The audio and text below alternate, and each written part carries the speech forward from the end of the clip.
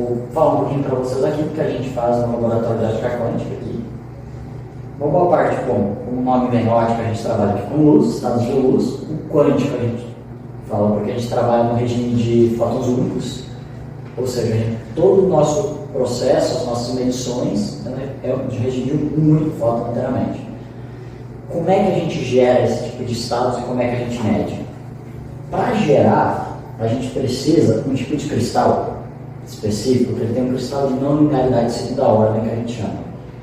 Ele tem toda uma engenharia de como o índice de refração dele se comporta, que ele depende da direção.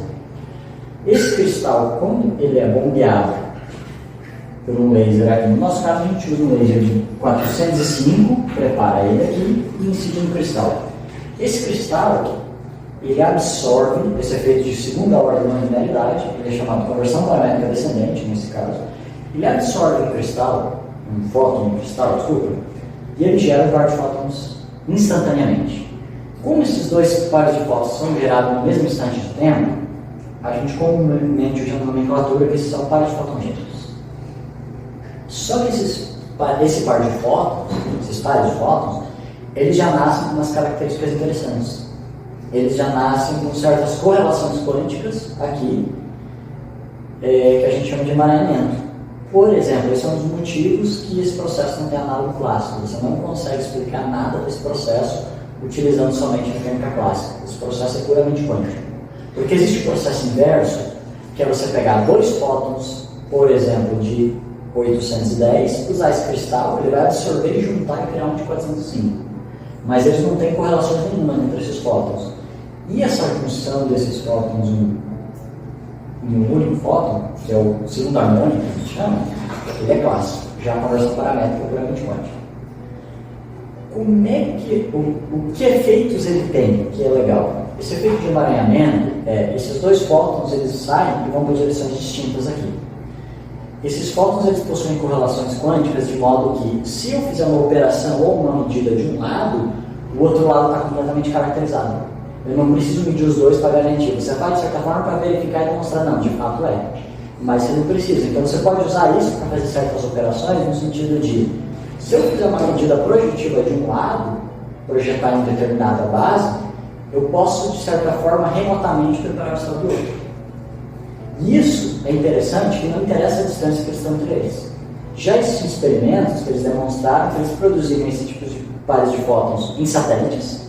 Um fóton foi para a China, laboratório na China, e outro foi para um laboratório na Espanha.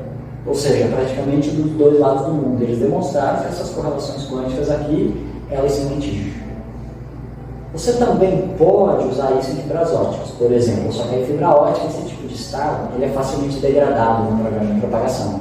Então ele não aguenta muitos quilômetros. O recorde é em torno de 300 quilômetros. Mas assim, é porque o estado se perde? Não.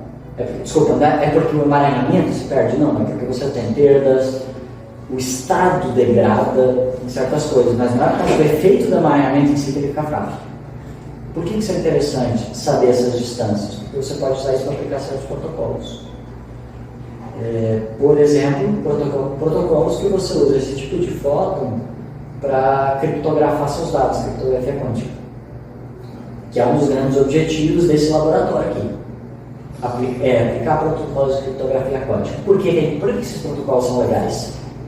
Porque hoje toda a criptografia clássica ela é baseada em fatoração de números primos. Produtos de dois números primos grandes, com uma chave pública aqui, e esse é exatamente o tipo de coisa, fatorar esses números, que o computador quântico ele vai ser eficiente. Então o melhor algoritmo de criptografia clássica que existe hoje, existem estimativas que para você quebrar esse algoritmo, na força bruta que eles chamam, você precisaria, na ordem da idade do universo, mesmo usando todos os supercomputadores do mundo trabalhando ao mesmo tempo para essa tarefa. Um computador quântico poderia quebrar isso, eles têm estimativas de um computador quântico de 1000 qubits, poderia quebrar em torno de dias, da ordem de dias, ou seja, é uma diferença muito grande, né? Então tem essa preocupação nos nossos dados, como a gente protege, como não protege. E a mecânica quântica, da mesma forma que ela complica a nossa vida por um lado, ela dá a resposta do outro. A gente pode usar isso para resolver em tese esse problema. a gente pode aplicar isso nesse laboratório, o nosso próximo experimento. E aí, bom, eu falei aqui agora que a gente está criando pares de fótons, né? Mas como é que eu garanto que esses pares, de fato, é um par? Porque esse processo, apesar de ser um processo altamente ineficiente, ele tem uma eficiência de em torno de 10 na menos 6, ou seja, entre aspas, é terrível, por um lado, ele não é ruim. Por que ele não é ruim? Porque, na verdade, mesmo que eu estou bombeando com um laser de 405 com uma intensidade muito pequenininha, se você pegar e levar em consideração a energia por fóton, mesmo somente para alguns microwatts, a gente vai bombear esse cristal da ordem de micro para miliwatt, depende da situação que a gente precisa. Mas se você olhar o número de fótons, ele já é absurdo. Então, mesmo que a possibilidade é muito baixa, você tem um número muito alto de fótons passando aqui. Então, a cada um monte de fótons, um vai ser absorvido e vai gerar os dois.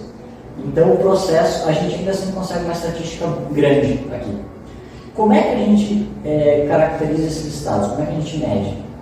Aqui no nosso experimento, a gente tem aqui 2 acopladores de fibra ótica, então a gente acopla os nossos fótons dentro das fibras óticas.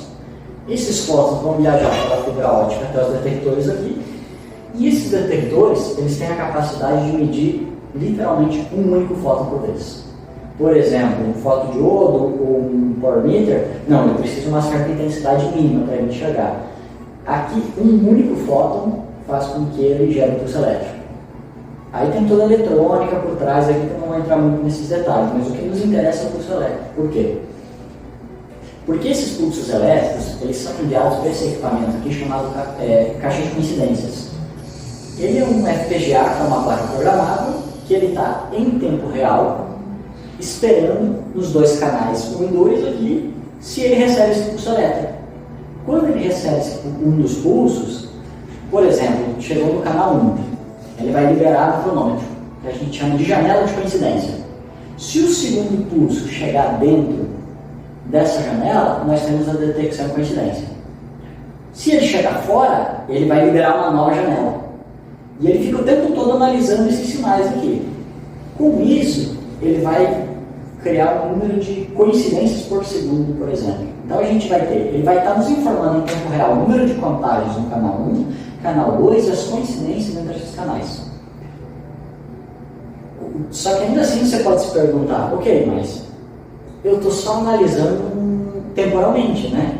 Será que não pode acontecer de ruído, um fóton que não tem nada a ver com esse processo, simplesmente por sorte ou azar, entrou na fibra ótica e foi detectado? Pode, isso ocorre. Isso é o que a gente chama de contágios acidentais. A gente consegue caracterizar facilmente, por quê? Quando a gente realiza o produto no número de contágios de um detector, o outro e a janela, isso é o número de contágios acidentais. Então, por exemplo, se eu tenho na ordem de 77 mil contágios acidentais, a gente tinha recente, 77 mil, mas fazendo a conta, a gente via que na verdade o nosso sinal real era em torno de 50 mil. Então a gente tinha 2/3 de contágios reais. Então o fato desse número ser 2 vezes superior já é o suficiente para me garantir não. Essa estatística só é explicada por esse processo aqui. Não posso dizer que é o ruído de qualquer outra coisa na mesa. Então todas as nossas medidas em qualquer protocolo que a gente vai realizar aqui, eles são medidos em coincidência, que a gente chama. E a gente tem nos detectores um número muito diferente de fótons simples e coincidências. Então isso indica para a gente que a gente tem muitas perdas. Porque mesmo que tem muitos pares que mesmo sendo produzidos, eles não são medidos de forma adequada. Isso é um problema? Não é também. Porque a gente mede um regime que a gente chama de pós-seleção. O que isso significa? Eu posso simplesmente olhar para os eventos em que os 2 fótons chegaram e deu certo e descartar todos os outros. Isso é errado? Não. Não tem problema.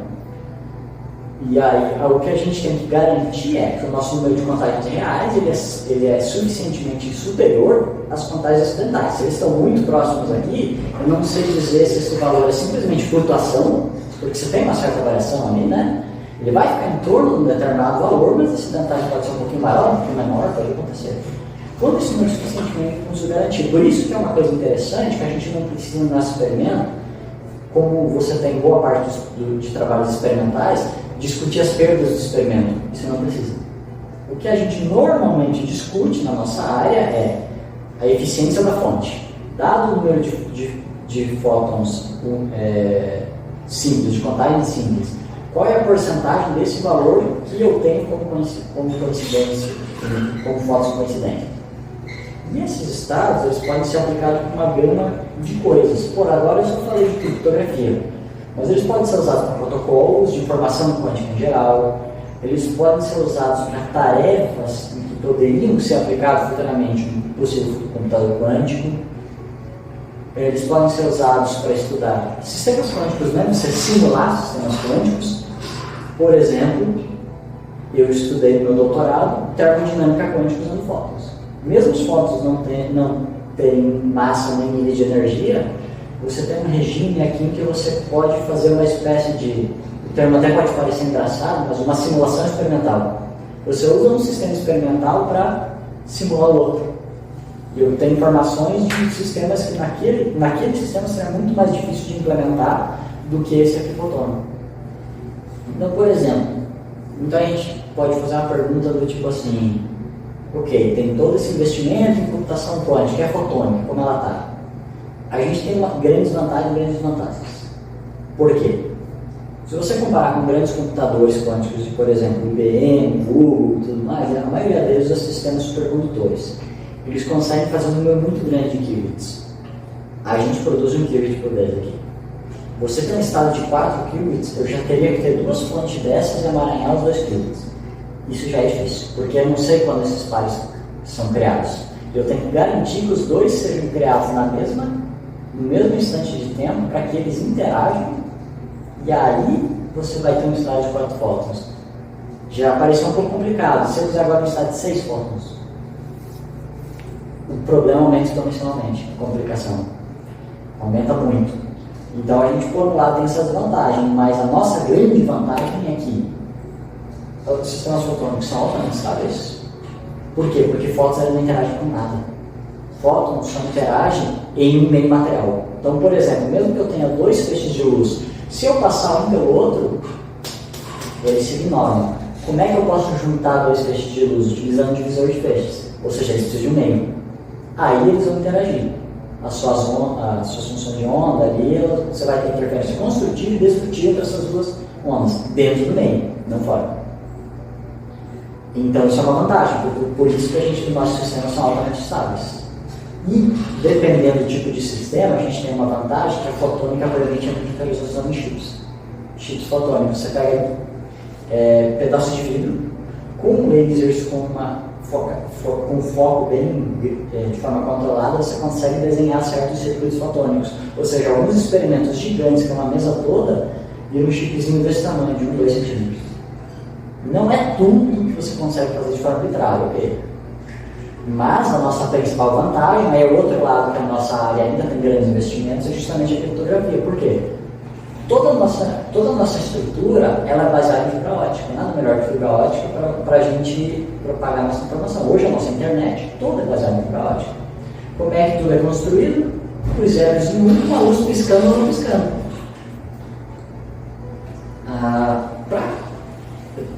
Para a ótica quântica, a gente pode contribuir muito nisso. A gente pode criar vários protocolos, que tem vários em torno do mundo sendo estudados, em que a gente poderia utilizar, inclusive, a estrutura já existente das companhias. Isso é uma linha de pesquisa muito forte. Tem grupos, por exemplo, já na Holanda, em que 3 universidades já estão estudando um possível protocolo de internet quântica real mesmo, trabalhando não somente físico, mas com engenheiros, com a própria empresa de tecnologia, para eles poderem usar a mesma fibra. Claro, nesse caso eles usam uma fibra dedicada para não misturar os fótons com o sistema normal, mas não deixa de ser a mesma fibra que poderia ser que levar a internet para a tua casa. Vai tentar tornar o protocolo todo o mais real possível, assim, perto mais real possível no sentido de aplicabilidade mesmo já. Porque os efeitos, boa parte deles já são conhecidos, o que fazer e o que não fazer. Boa parte disso já está aos poucos virando problema de engenharia, problema de escalabilidade. Não é descobrir se dá ou se não dá para fazer. Tem certas coisas que a gente tem ainda que melhorar? Tem. Por isso que, por exemplo, uma área que ela ajuda muito a gente, engenharia de materiais, para desenvolver, porque a gente precisa muito desses cristais não lineares, para desenvolver cristais mais eficientes, mais estáveis, que você pode fazer engenharia desse cristal para você obter, para você melhorar ou degradar certas características que são desejáveis ou não desejáveis em todos os estados de luz. Então é uma área, por isso que é uma área que ela está tendo investimento muito alto a nível mundial. A parte de informação quântica, tecnologias quânticas. Então aqui é interessante que, assim, apesar de a gente não estar focado num produto final, a gente está trabalhando com ciência básica, ainda assim tem chance de muitas coisas saírem de estudos que são realizados nesse tipo de laboratório.